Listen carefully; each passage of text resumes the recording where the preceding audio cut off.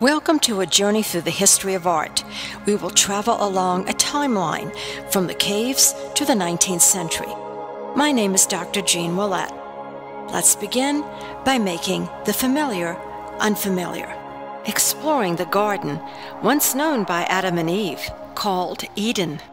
It is not until the emergence of the cultures of the ancient Near East that we know the meaning and purpose of the art people make.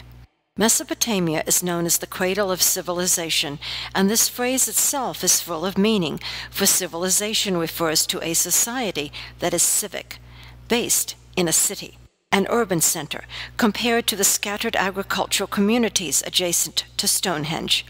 Civilizations rose up between the Tigris and the Euphrates Rivers in what is today modern Iraq. The site of the Garden of Eden was also a place of ancient city-states, literally states that were walled cities containing a highly stratified and specialized social order that was so complex in its organization that the culture created something entirely new: writing.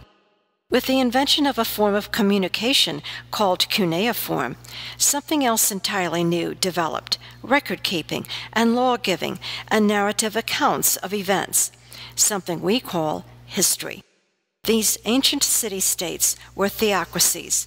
The king communicated directly with the gods, whose names we now know. Assisted by the high priests and supported by the warriors, the kings directed and controlled a large labor force of builders who constructed public structures dedicated to power and religion. Whether it is the ancient city of Ur or the fabled city of Babylon, we have a wealth of knowledge about the hieratic cultures of great wealth and terrifying violence. The population had expanded to the point that specialists emerge, in contrast to the prehistoric multitasking. Although the concept of artist probably does not exist, objects of exquisite artistry and craft were made, some for religious purposes, but some for pure pleasure and social enhancement. Although the roles of architects and engineers were not yet separated from builders, there are specialists in construction, from those who design the temples and the gates to those who make the bricks.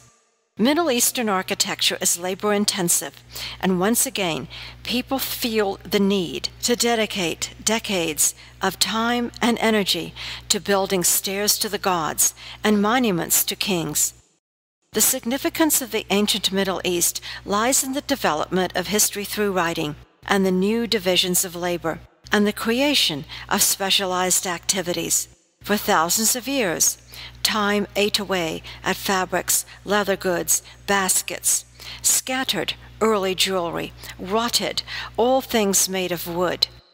But in the ancient Near East, pure craft, high skills, and something we might term an artistic vocation, cultural excess and surplus, appears.